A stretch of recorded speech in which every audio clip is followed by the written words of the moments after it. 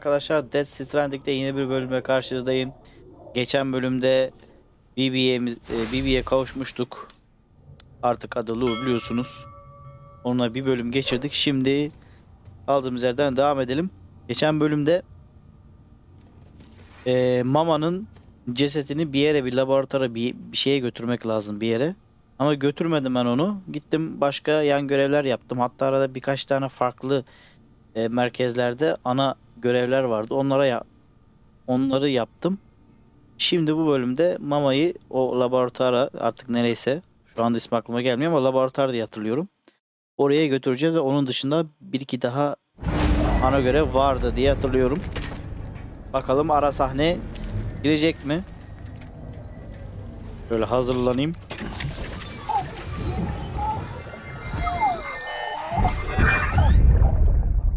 Take a look. This is what the world looked like hundreds of millions of years ago. It was just one big continent. And do you know what this is?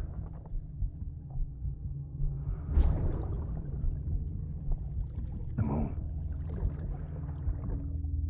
I'll show you the real thing soon. I promise.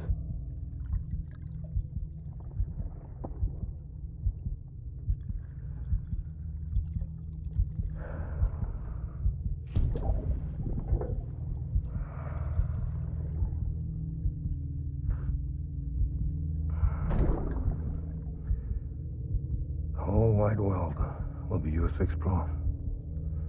You'll be able to go wherever you want. Even the moon.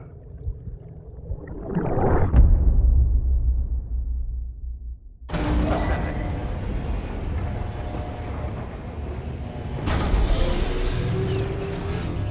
Beginning scan. Scanning bridges. Evet, ara sahne girdi. Bakalım, Clifford böyle sürekli görünüyor bize. Mama'nın cesedi de buradaymış. Sonu nasıl bitecek çok merak ediyorum. Şu arabamızın rengini değiştirebilseydik çok iyi olacaktı ya. Böyle hiç hoşuma gitmiyor. Buradan değiştiremiyoruz mu?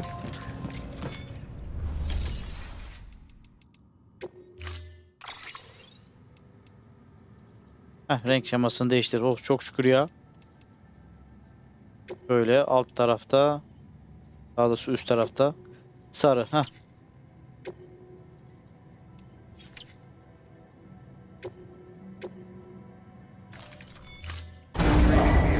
Vallahi şimdi rahatladım.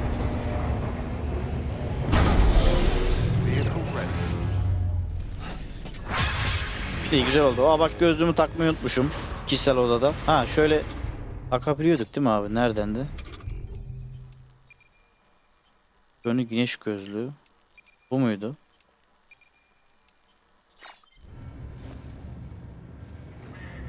Takmadı.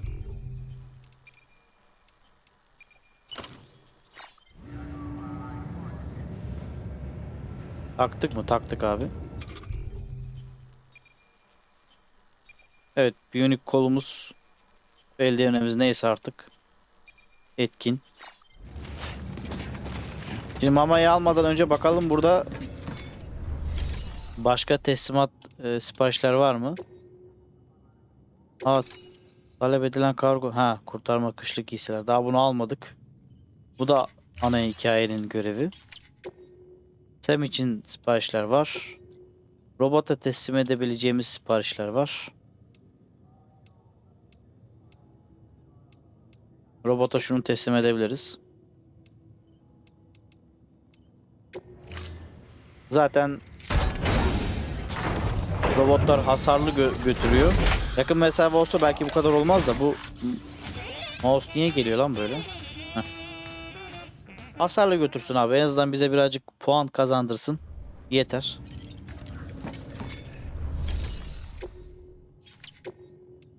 Standart siparişler var.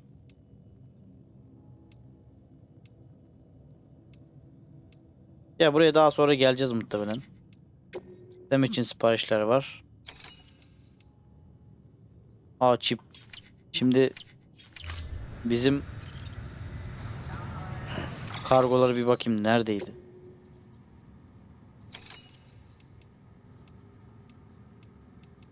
Bunları geç abi. Şu ikisine bakacağım. Bunların bölgesi neredeydi?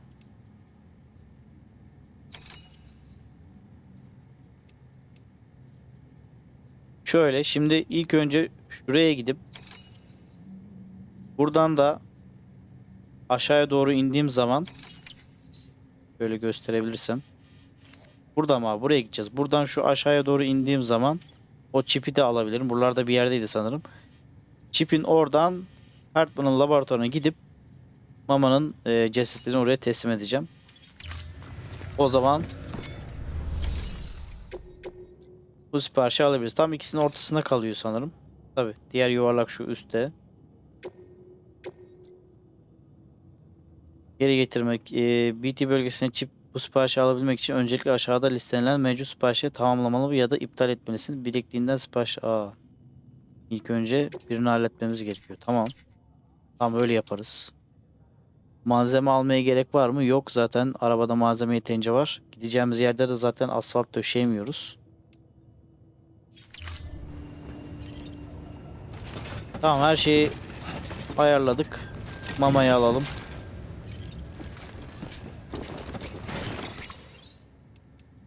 Olur olmaz kaydedelim oyunu. Gerçi ekstradan bir şey yaptık mı? Yapmadık herhalde. Ha, kamyonun renklerini değiştirdik.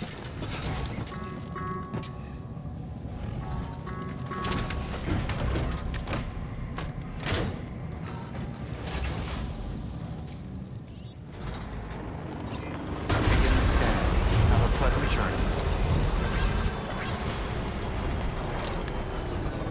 Şimdi oraya nasıl gidebiliriz?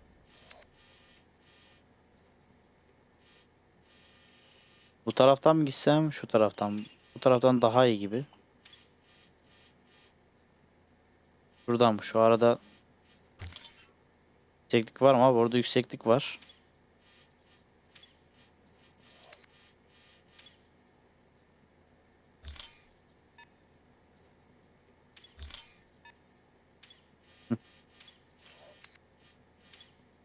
O zaman ben şöyle şuradan şuraya, buradan buraya,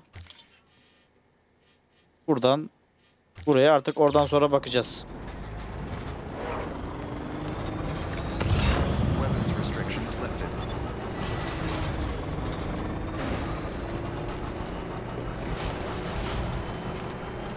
lifted. Oraya nasıl geçeceğim? Ha, sağ tarafmış lan, yanlış tarafa bakıyorum.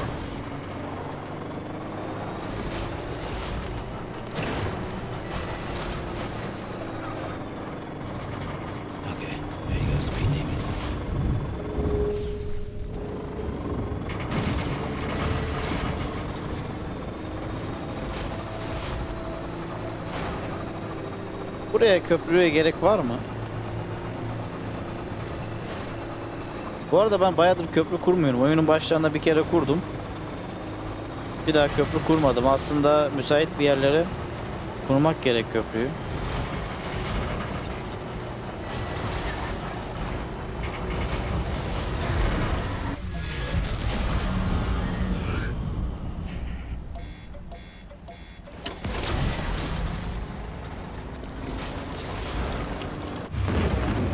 Eyvah eyvah.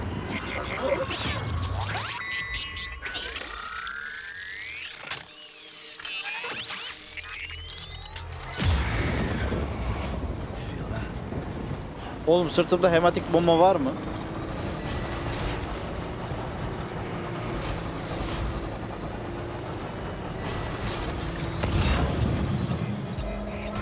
Buralarda biraz basalım. Karşımıza çünkü BT çıkabilir.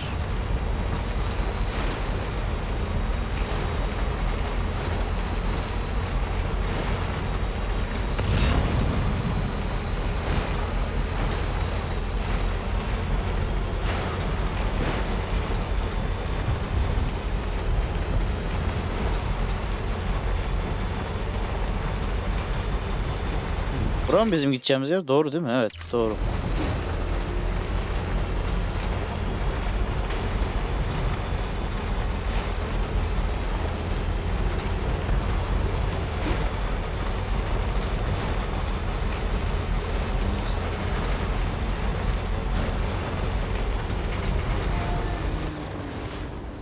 Kimini koyduysa buraya. Kozmonot mu? Kozmonavt. Kozmonot. Arada F koymuş ama. Kozmonot diyelim. Allah razı olsun ondan. İyi yere koymuş valla.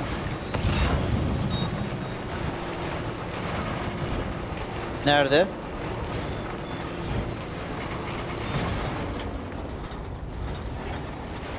Konumu saptandı diyor. Nerede abi? Ha şuradan sola dönerim.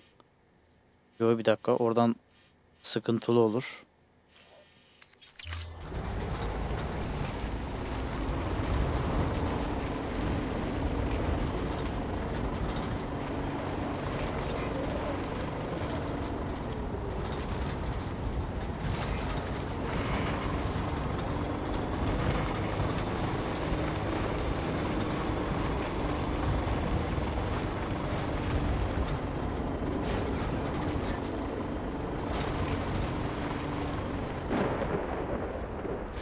Şimdi bir arkadaş oraya halat koymuş ama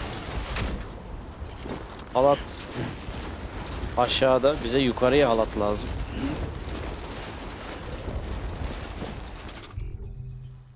Ulan hiçbir şey yok mu sırtımızda? Bu ne? Kordon.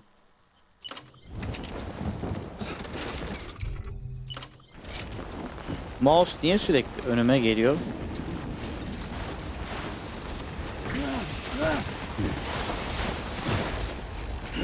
Tamam, Mamanın cesedini indirelim.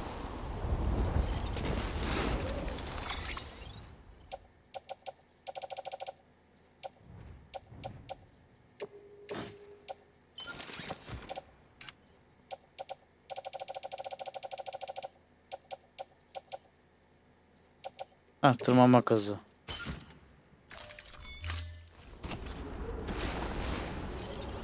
Yalnız bir tane yeter mi?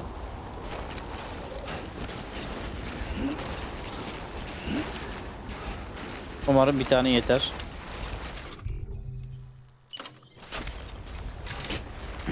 Gerçi abi tırmanma kazını yukarıya atamıyoruz değil mi? Kötü oldu bu.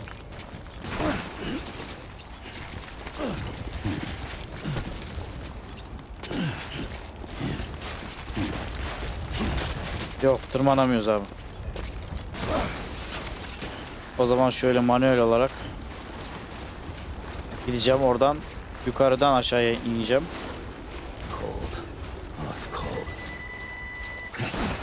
Allah!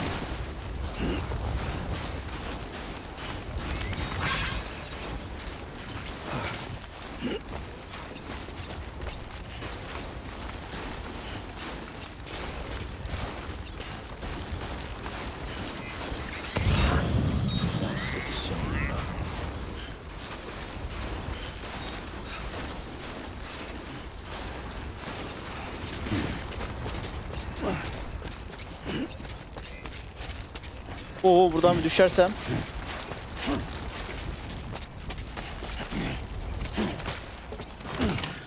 Şimdi şurada halat var. Oraya kadar benim tırmanma kazı yeter.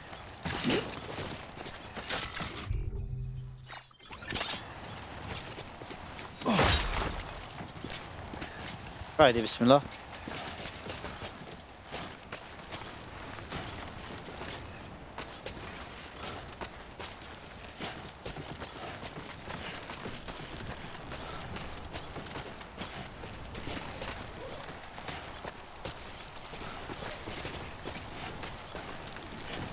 Vallahi yetecek herhalde, hadi.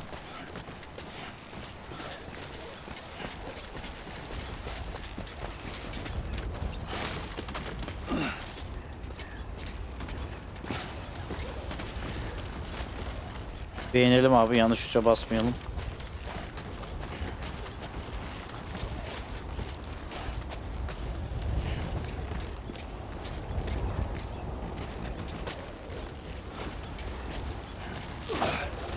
Tamamdır.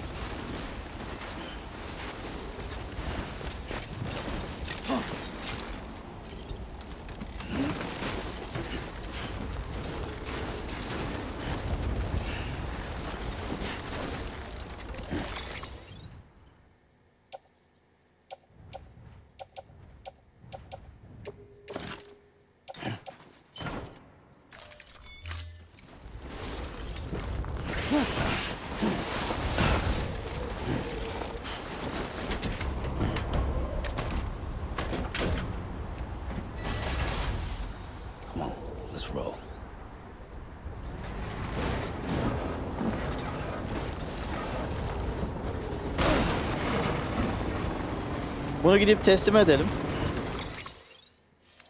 Çünkü buradan Hartburn laboratuvarı zaten buradan zor gidilir. Buradan çok yakın bir şekilde gidilecektir. O yüzden önce bunun bir teslimatını yapalım. Hem çip görevini de alabiliriz.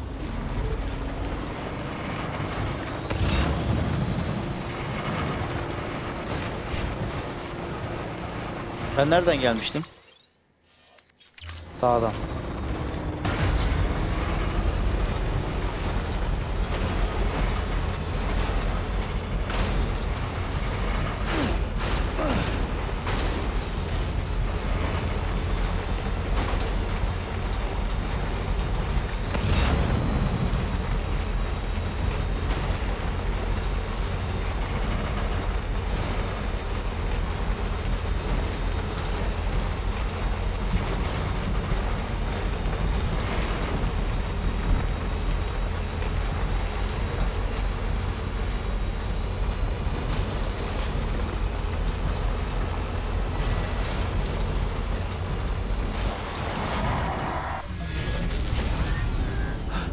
Geliyor mu?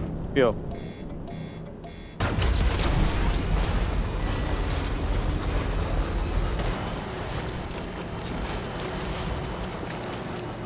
Hadi şuradan bir kurtulalım.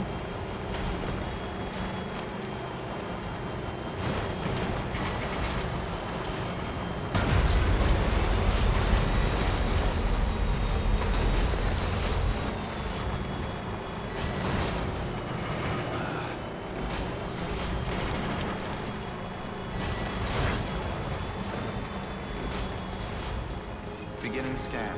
Scanning bridges ID. Hey there! Verifying ID. Clear. Weapons detected. Yeah, sure thing. Keeping. Decontaminating suit. All clear. Welcome. Bu ne lan? Sam Porter. Robot Bridges. mu o?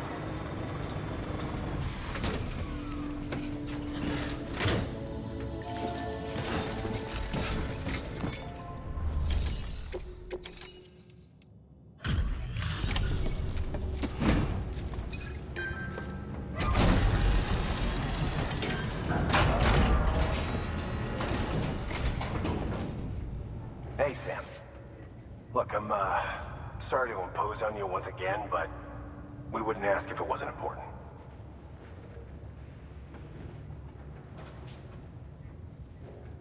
Wow, you really took great care of everything. I mean, honestly, you'd be hard-pressed to call this anything less than perfect.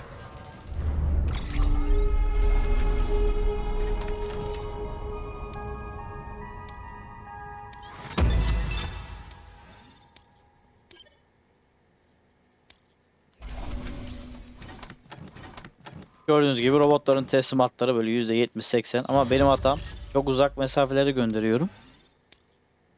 Ama hasarlı bıraksınlar. Dediğim gibi yine böyle puan ekliyor bize. Puan katkıları oluyor.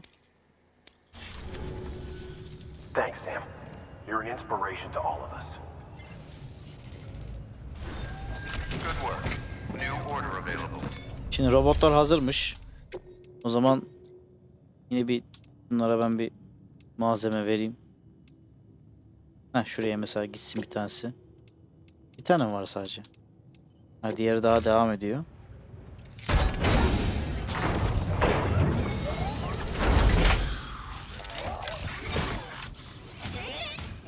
Ayağında botlar da var. Bridges botları.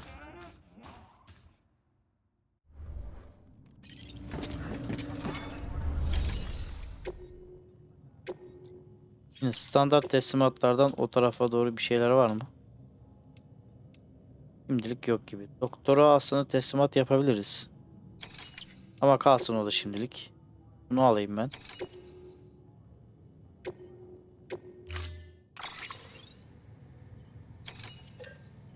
Konteyner tamir spreyi. Bak bizde konteyner tamir spreyi yok. Ne olur ne olmaz alalım. Bir spotları bizdeki seviye kaç acaba?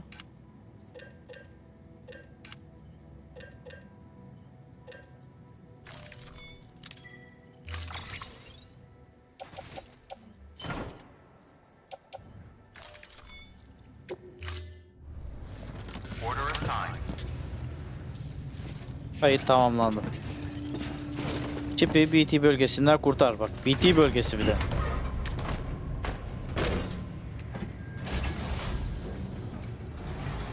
O zaman ne yapacağız? Hartman'ın laboratuvarına gideceğiz önce. Ne olur ne olmaz mamayı teslim edeceğiz. Pleasant journey. Buraya nasıl gidebiliriz? Hartman laboratuvarı da acayip bir yerde ya.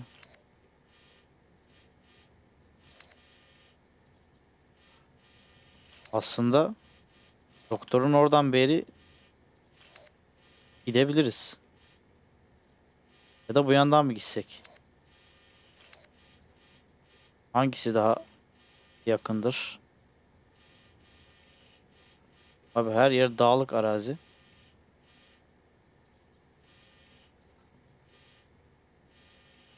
Belli bir yere kadar. Şuradan çıkalım da belli bir yere kadar arabayla gidebiliriz. Weapons restrictions lifted. Beginning scan. Weapons restrictions lifted. Beginning scan. Scanning bridges. Weapons restrictions lifted. Beginning scan. Scanning bridges ID. Verifying ID. Weapons restrictions lifted.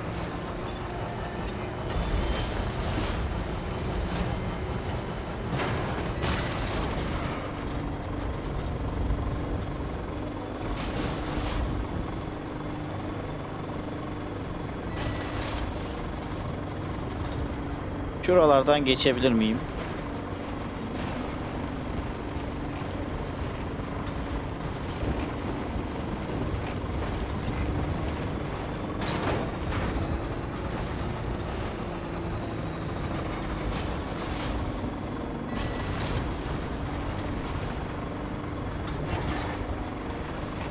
Bak burada güzel bir yol gözüküyor. Arabayı hızlandırmıyorum, sonra kayıyor. Geri geri düşeriz sonra.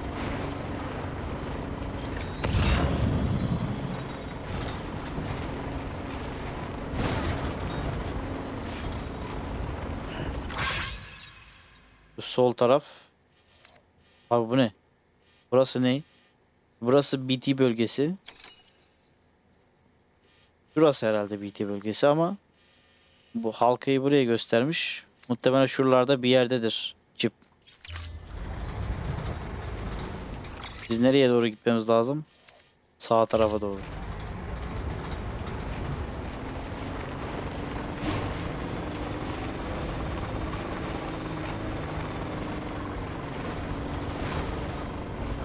Oralara fazla yaklaşmayalım.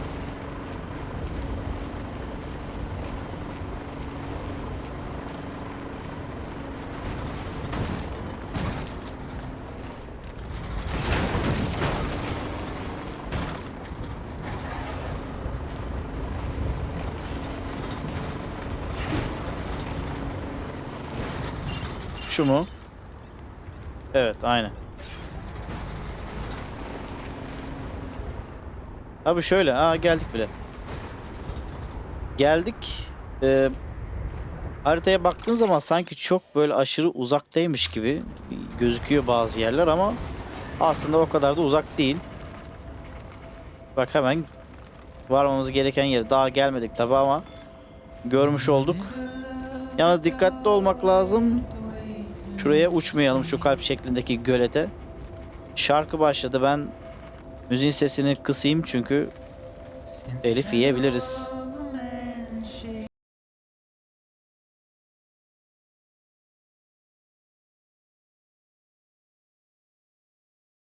Şey gözükünce kalp şeklindeki göl, onunla alakalı herhalde bir müzik çıktı. Evet, merdivenden bile arabayla çıkıyorum. Bu arkadaşın mekanı niye bu kadar değişik? Laboratuvar olduğu için herhalde.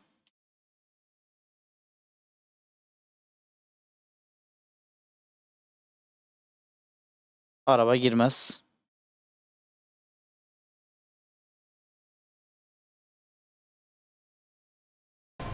Laboratuvara girince müzik bir anda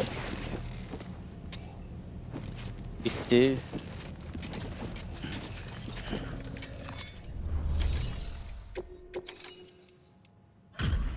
Delivery complete. Displaying performance evaluation.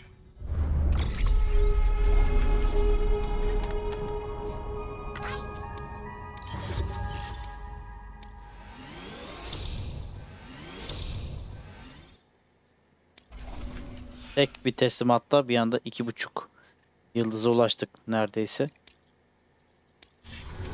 Request to join UCA. Registered. Awaiting Cupid connection.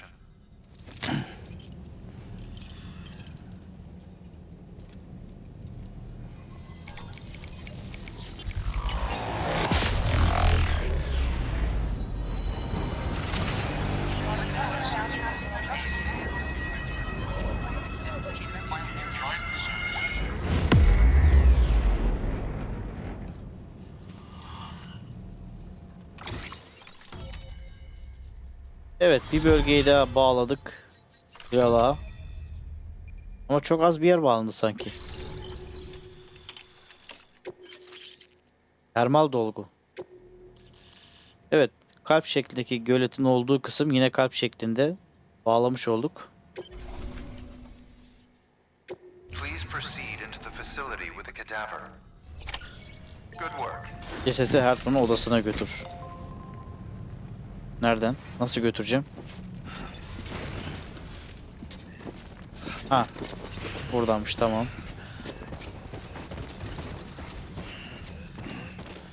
Please proceed into the facility with a cadaver. Oğlum kapıyı aç dedi.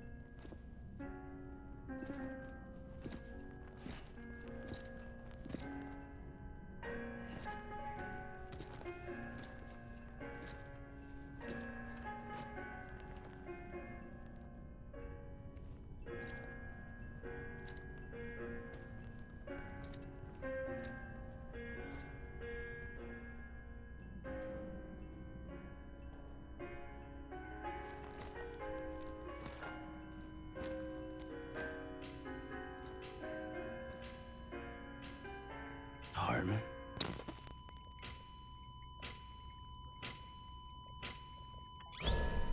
Administering shock. Stand clear.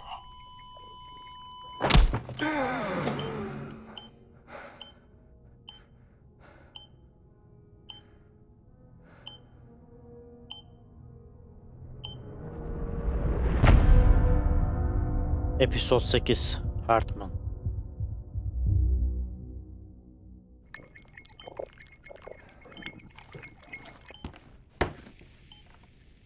Well, you certainly caught me with my pants down. Glad you could make it, Sam. I'm sorry. I didn't mean to alarm you, but I am what I am. Ah, please, lay her down there.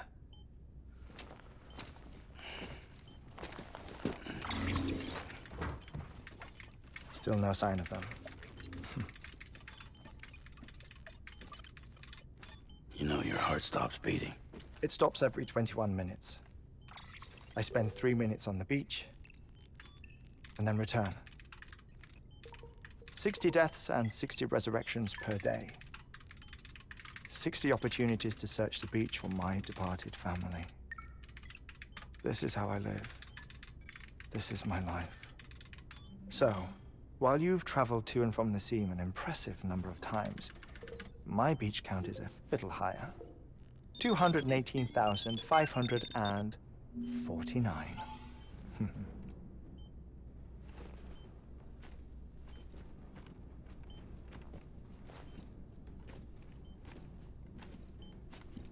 I see myself in that crater. My wife and my child.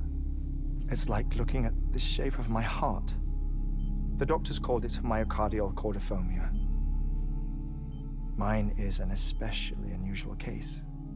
I have pictures. Care to see Hartman's heart-shaped heart? No, you really should. It doesn't run in the family. You know, I never came to terms with their loss. In the days that followed, I became obsessed with an idea that the beach is real and they are on it. I would induce cardiac arrest, 3 minutes at a time, and search for them, day after day after day.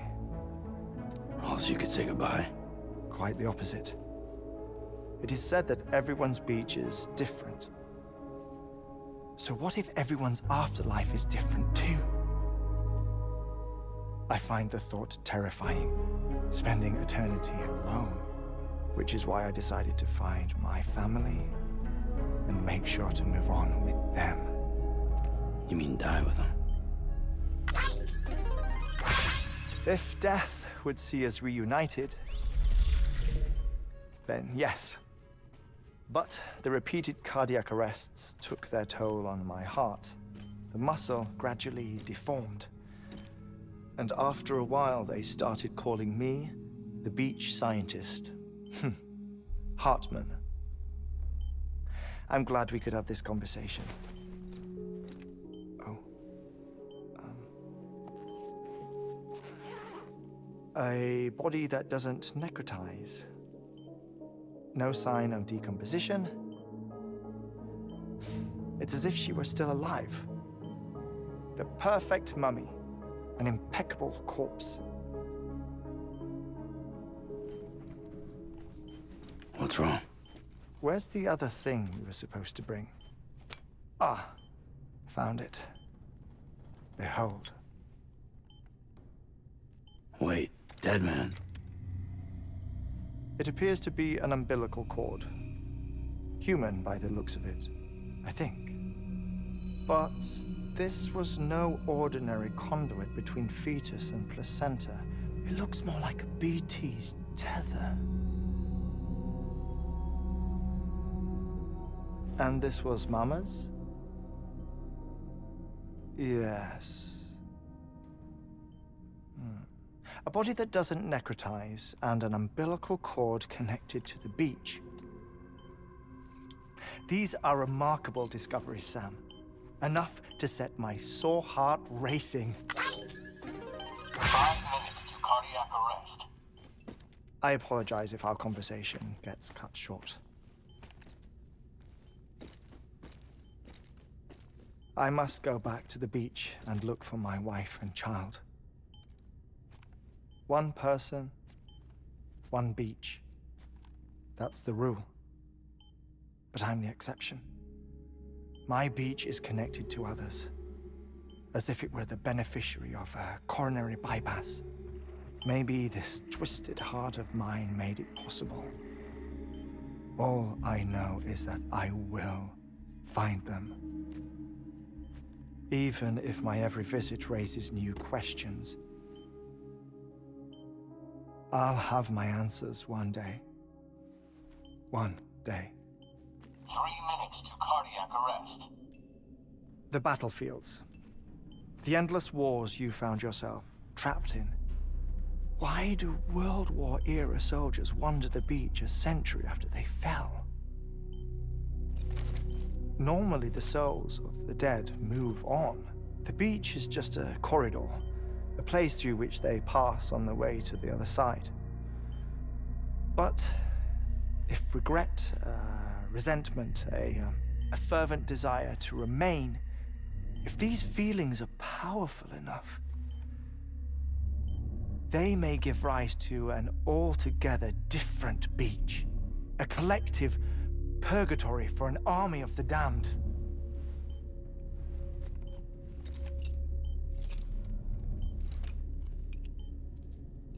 Clifford Unger.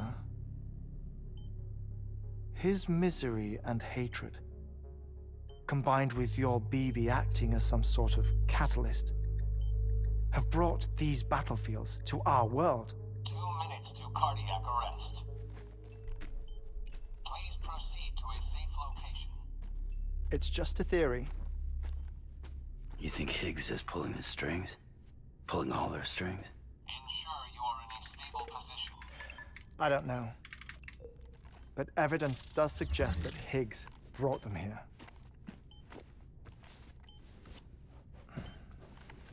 1 minute remaining. Please hold on to something secure. Oh, before I forget, I have a favor to ask. Activating lab security measures. Could you just relax until I come back? Time stops on the beach, but not in the scene. Rest assured, it'll only feel like 3 minutes to you. We'll continue this shortly. 5, 4, 3, 2, 1.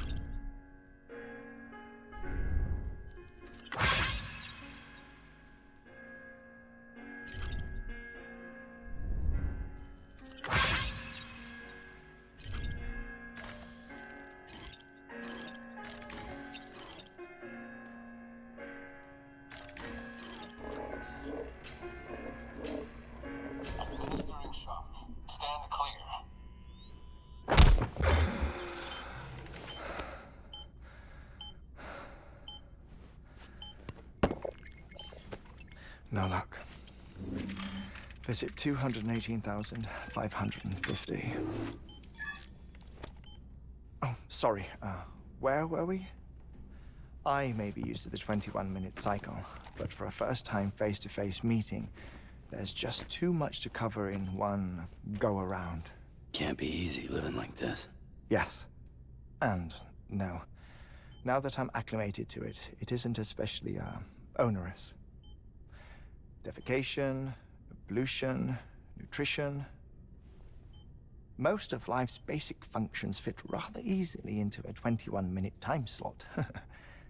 Sleep is the tricky one. And intercourse, I suppose. Verbal or physical. Not that someone in my position has to worry much about either. Do you read, Sam? Listen to music. Watch films? You know, I keep busy. I have a collection of music, television shows, some very interesting short films, and stories. Everything consumable within a 21-minute window. All from before the Death Stranding, of course. But honestly, the 21 minutes I spend here, all downtime, nothing more. Time spent waiting to go back to the Satch. My body may be present, but my soul is on the beach. I'm already dead. I know that feeling. Lost my family in an accident. Well, I never expected you to open up to me.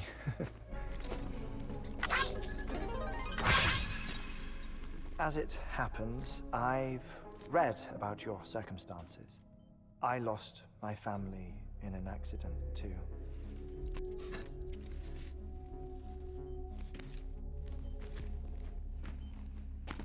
I was in the ICU having heart surgery, out of town, in the city. When it was clear that I was going to pull through, my wife took my daughter back to the house to collect some things for me. And then they were caught in the void outs. The city and the hospital were spared the worst, but the shockwave knocked out the power and my life support. I woke up on the beach.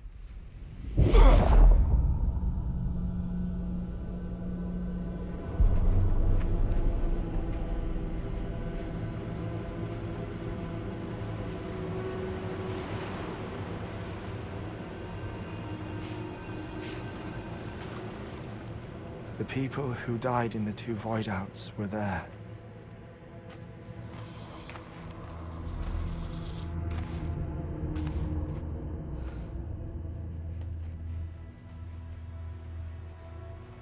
What happened? What's going on?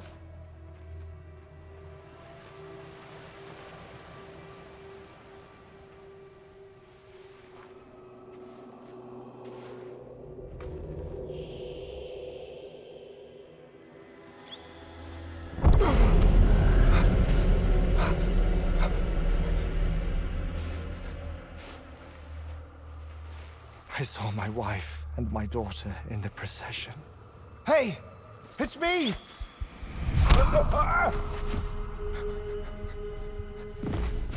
Where are you going? Wait! Don't leave without me! No! Don't go! Please, don't go!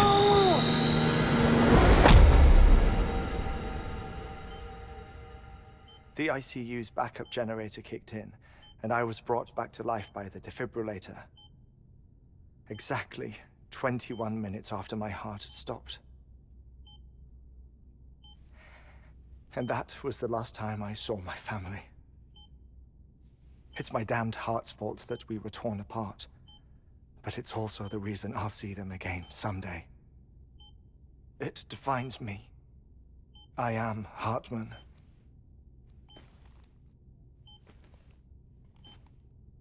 Ever since, I've walked the beaches of others. I follow my family's footsteps for a while, and when I get tired, I return here to continue my research. It's funny though, even when my heart stops, the pain lingers. You have any family photographs, Sam? Pity. 5 minutes to cardiac arrest. You mind telling me what I'm doing here before you go back to the beach? Oh, of course. There's a prepper-owned station in this area. Our scientists stationed there are researching material from before the Death Stranding. What kind of material? The Earth has a long memory. It's trying to tell a story, one that goes back to the very beginning, one that not even the Death Stranding could erase. The scientists are all colleagues of mine from the earlier expedition. I'd like you to bring them onto the chiral network. Amelie proposed we establish our research posts along this belt. Despite a worldwide search, this is the only area known to contain fossils from the late Cretaceous period, when the dinosaurs died out. The assumption being that the last ones lived here, and here alone. You see, hiding in the earth then are memories of a major mass extinction. Clues that could tell us how to survive our predicament. Certainly, that was Amelie's hope as part of the advanced team when she assigned our backup team here. The past informs the present and aids us in building the future. She was careful to impress that upon us before she went west. 3 minutes to cardiac arrest. Shut up. I'm putting you on mute. Sometime later, we began to observe unusual activity in the tar belts outside Edgenot City. Vast quantities of tar began surfacing, spreading, consuming many of my colleagues, as well as a chiral way station. The whole incident defied explanation. You think Higgs is to blame? I don't know, but we needed that way station. It was essential to expanding the chiral network westward. That's why I'm asking you for your help in building a new one. It won't be much given the handful of equipment we've managed to scrape together. Nothing like the knot cities, that's for sure. But a knot is still a knot. Sam, I want you to use the Cupid to put the scientists on the network, then go to Amelie. Afterwards, we can get back to the important job of researching the deaths.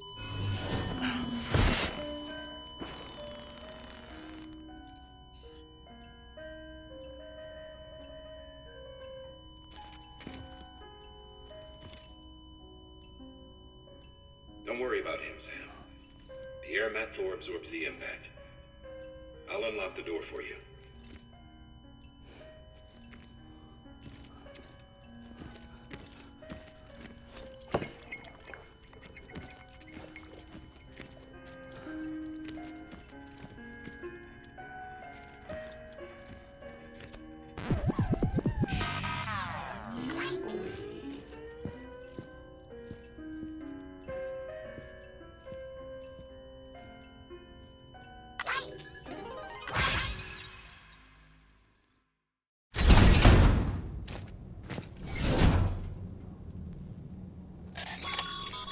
Evet, uzun bir ara sahne. You heard him.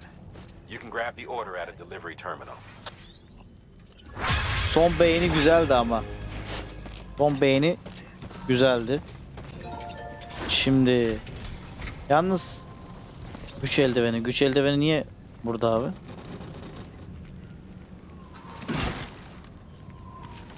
Sizin güç eldiveni takılı değil mi?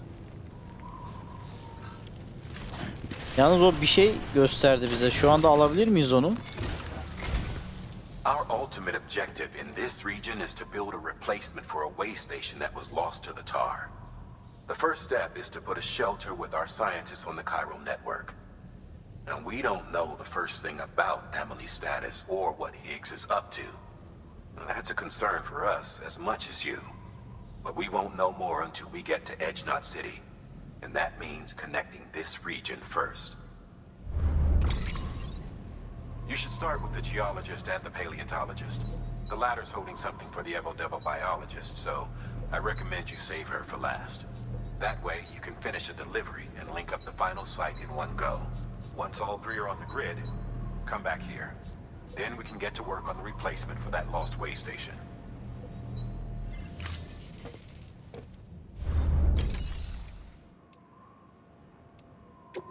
Yine standart siparişler var. Robot bilimciye var.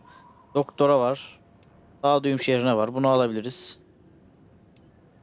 Bunu da alabiliriz. Robot bilimcinin siparişi kalsın şimdilik. Termal Thermal dolgu. pad. Indispensable gear for cold weather operations. Especially useful when traversing snow-capped mountains. Termal dolgu nasıl kullanıyoruz peki bunu? Termal dolgu etkinleştirildiğinde aküyü tüketir. Bir gözün akünün güç seviyesinde olsun.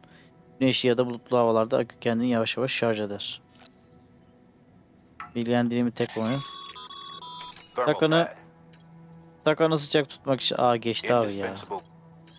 Tamam anladık. Tabi bunu nasıl kullan? Bir tane aldık, tamam. Bir tane alalım.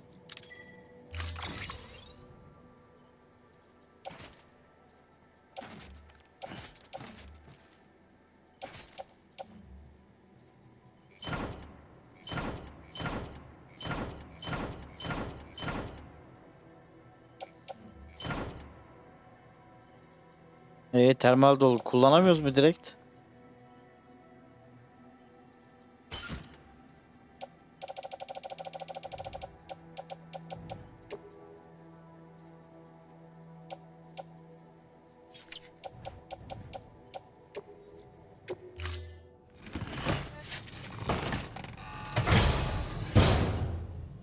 Order assigned.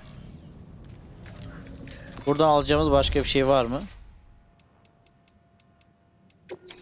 Malzeme falan almayacağız şu anda. Kiral kristal alabiliriz. Metale falan gerek yok.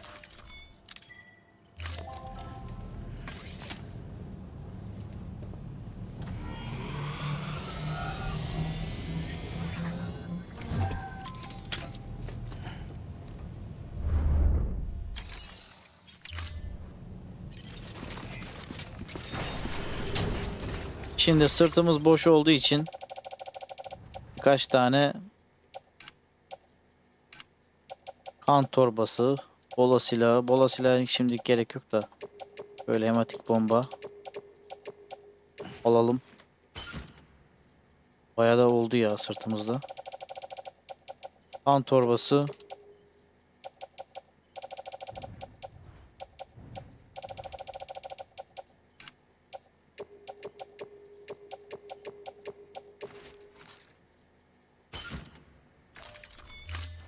Bunlar ne olur ne olmaz sırtımızda olsun.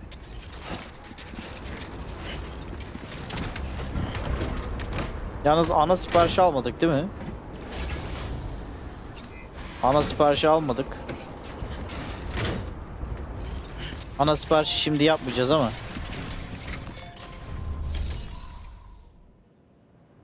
Ana siparişi şimdi yapmayacağız ama tabii yine de alalım.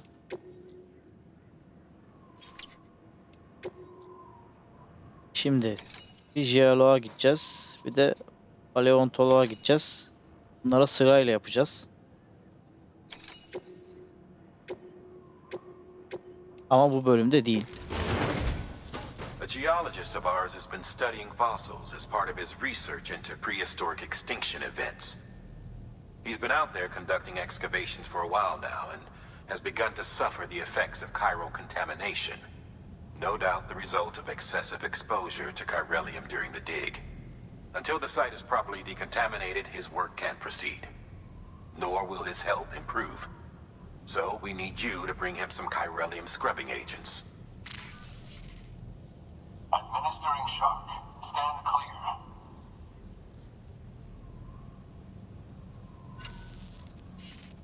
The stratum the team was investigating dates from the end of the Cretaceous period, the time of the infamous mass extinction, which brought the reign of the dinosaurs to a close, leaving small mammals to inherit the Earth.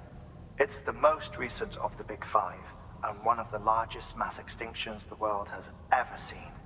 In any event, our team found something truly remarkable. Can you guess what it was? A fossil beach. If that is indeed what it is, then he has made a tremendous discovery. Therefore, Sam, it is essential that you deliver those chiralium scrubbing agents as soon as possible. One more thing, Sam. For this run, you'll be transporting an antimatter bomb. A Bridges paleontologist working on a dig says he needs it.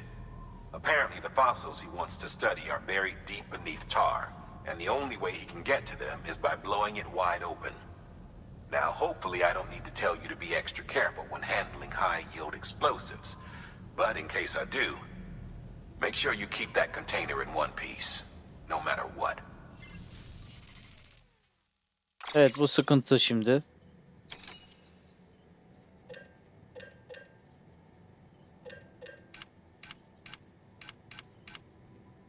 Duman yayan tal mı? Bu neymiş? An empty container tagged with a fake ID, aka decoy cargo. Could be useful for fooling folks who can't get enough of other people's deliveries. Belki kullanırız. Bir tane alalım.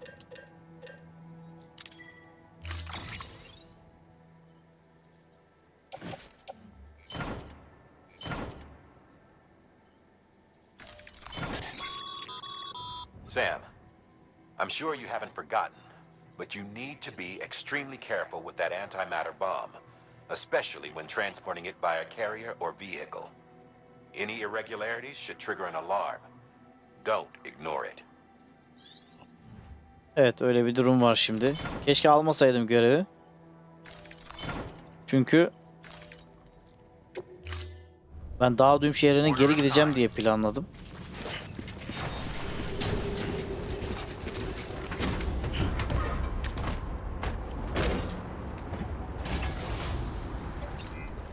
Ama gideceğim abi. Bir de çip almamız lazım.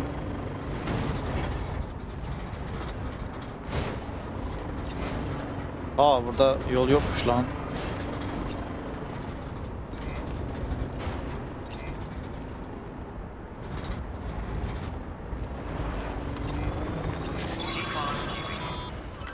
Sam, so Hartman told you all about the lake.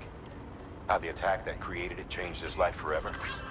Not only did he lose burada bir his köprü family, var. he very nearly lost himself. For 21 minutes, he was in a state of cardiopulmonary arrest. Under normal circumstances, he would have died.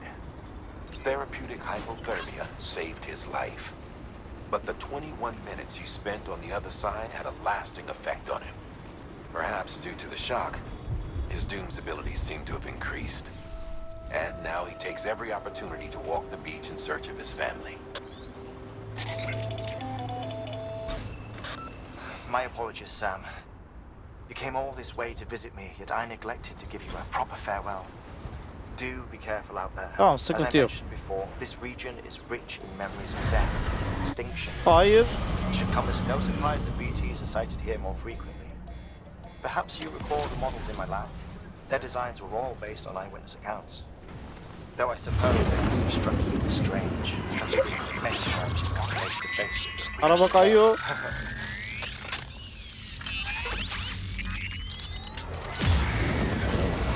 Good to have you back. Couldn't have made it this far without you.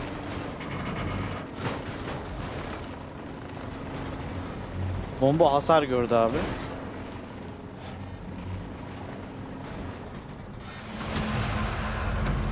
Şöyle. Bir kere bir oyunu kaydedelim. Hadi be, kaydedemiyoruz ya. Bölgeye böyle gideceğim. Elimize hematik bomba alalım.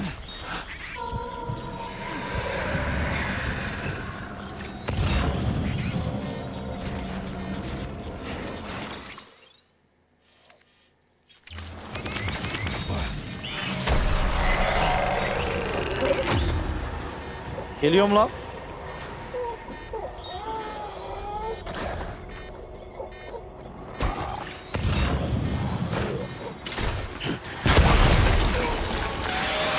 Biri gitti.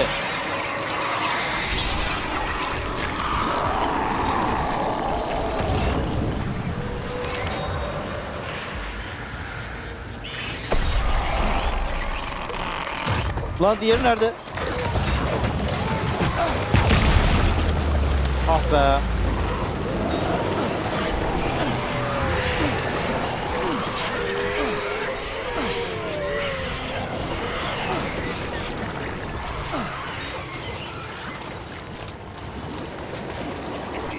Kaç kaç kaç.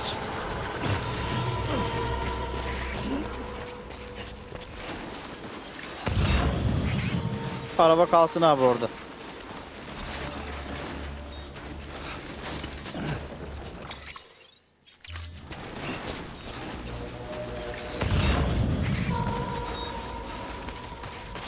Varış noktasına yaklaşıyor. Nerede lan? Nerede sap? Nerede lan? Görmüyorum abi.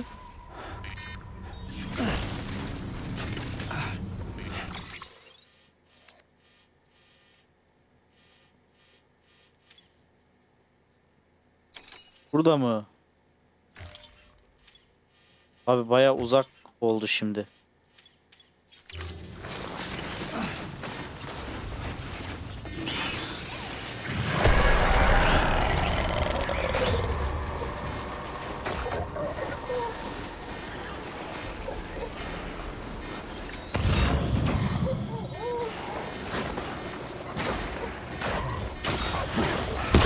Bang!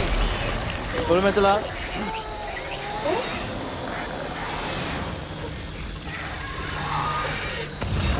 Ulan bunların şeylerini kesebiliyorduk. Bakın deneyim. Allah!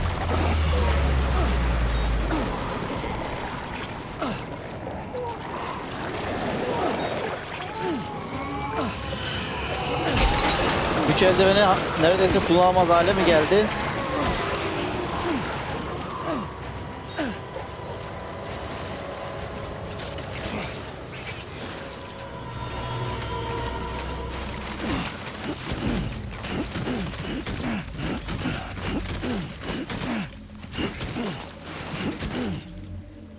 Bize takılı olanı demiyor değil mi?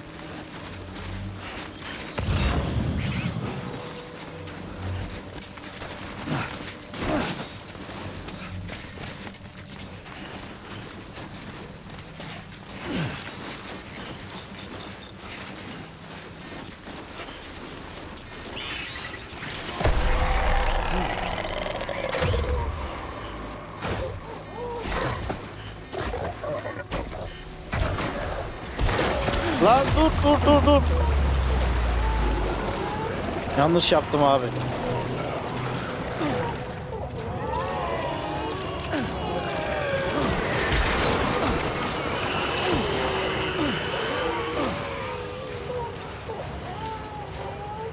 Elime bir kere sağlam bir böyle beşlik alayım.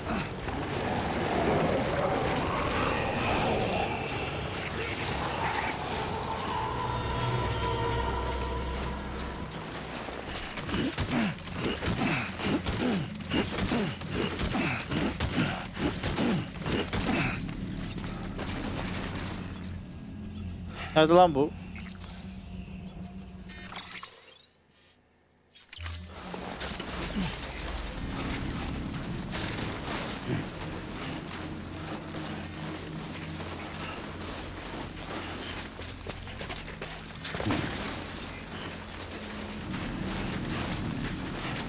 Yanımızda merdiven de yok.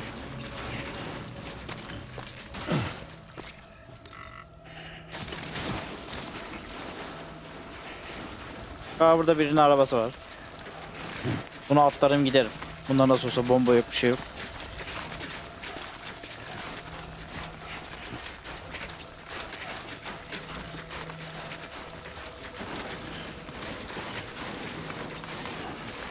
Burada birinin merdiveni olaydı iyiydi ya.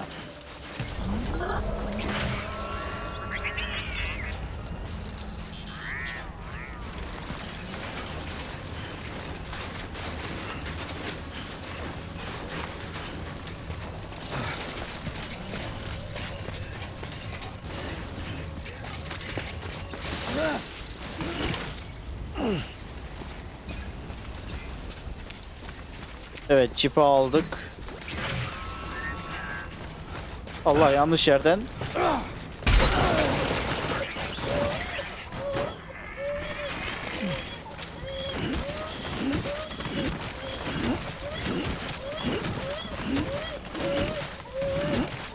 Aldık mı hepsini? Aldık.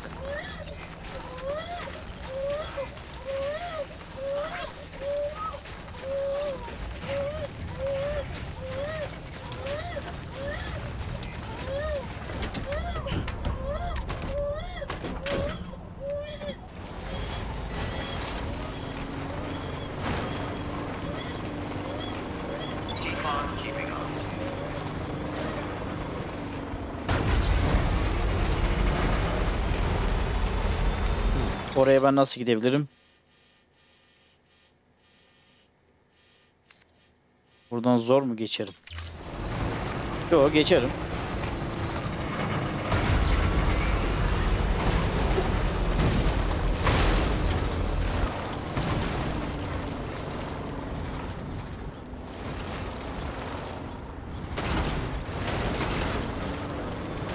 Abi zor geçerim işte. Niye uğraşıyorum?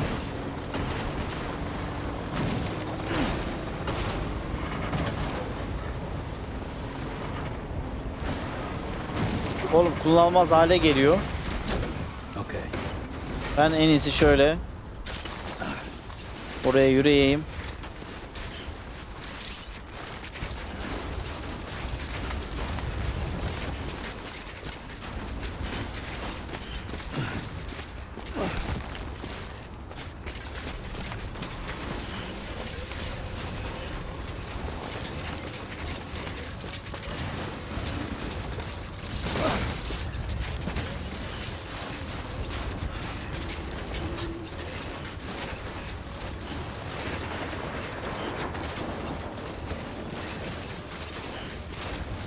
Hadi az kaldı.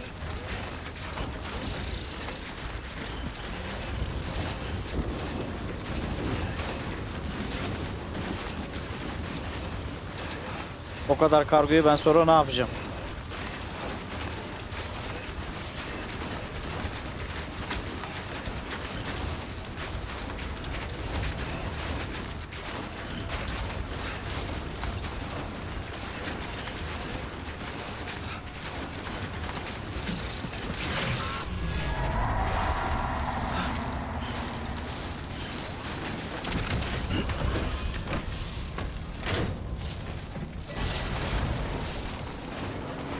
Aman şeyi unutmayalım, bombayı.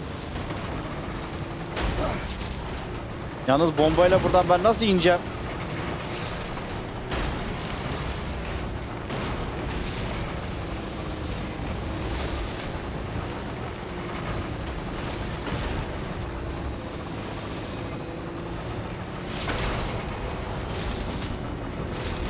Eyvah eyvah eyvah, orada inme.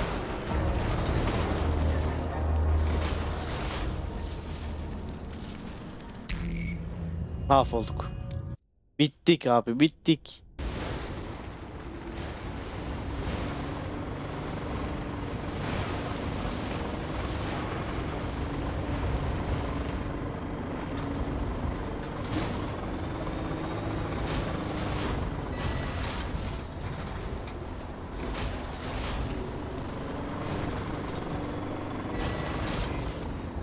Şöyle yapabilirim.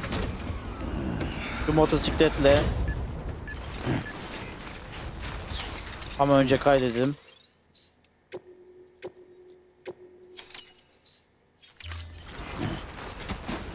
Hemen gidip zaten yerini biliyorum.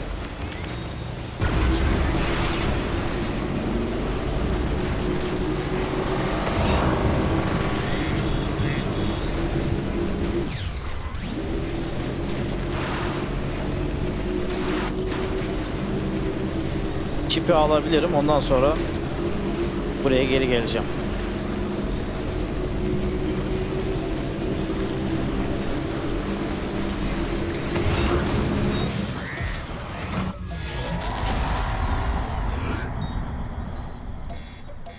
Devam et.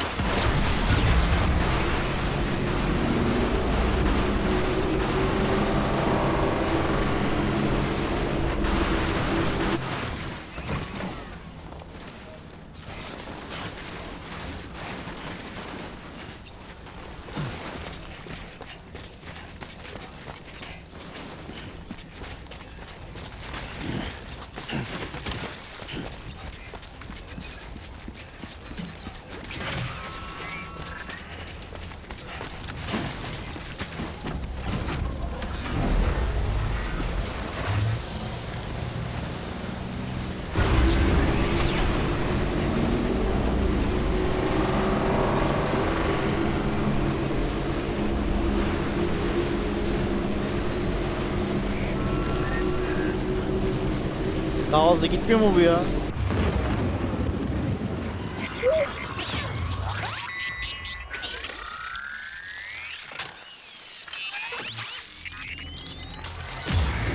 Bas bas bas.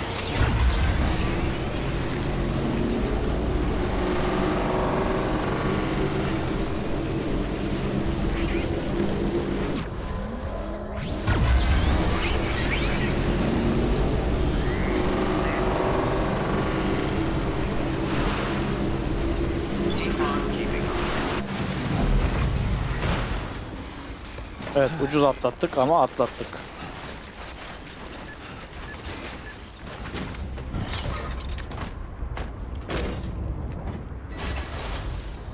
Come on, let's roll.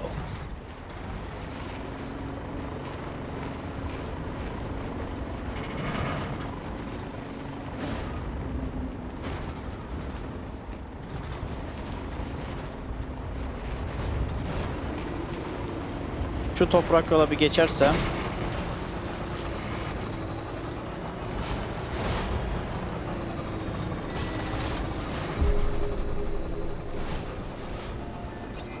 Thank you. Kindly. Beginning scan. Scanning bridges ID. Verifying ID. Weapons detected. Decontaminating suit. All clear. Welcome, Sam Porter Bridges. Umarım süreli kargomuz yoktur.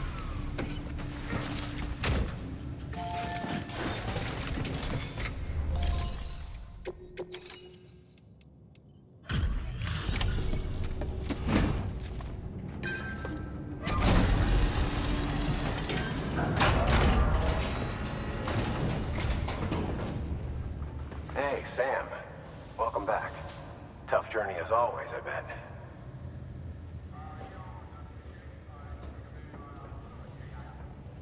Wow, you really took great care of everything. I mean, honestly, you'd be hard-pressed to call this anything less than perfect.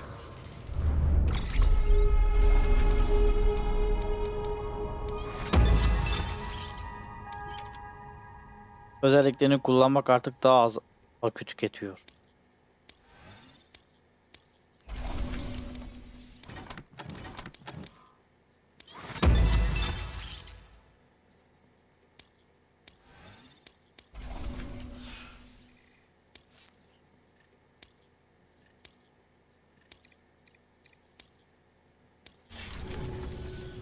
Thanks, Sam.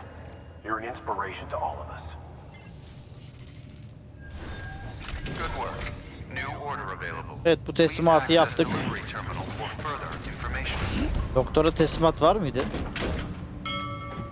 Neyse, ona da bir dahaki bölümde bakarız. Artık dinlenmeye geçelim ve bölümün sonuna gelelim. Evet, kişisel odaya girebiliyoruz. Artık bununla tanışmış olduk bu bölümde. 21 dakikada bir ölen bir adam. Koskoca ömrü 21 dakikaya sığdıran bir insan ailesini bulmak için 21 dakikada bir ölüyor ve ailesini aramaya kıyıya gidiyor. Evet, Death Stranding'de bir bölümün daha sonuna geldik arkadaşlar. Bir dahaki bölümde kaldığımız yerden devam ederiz. Görüşmek üzere.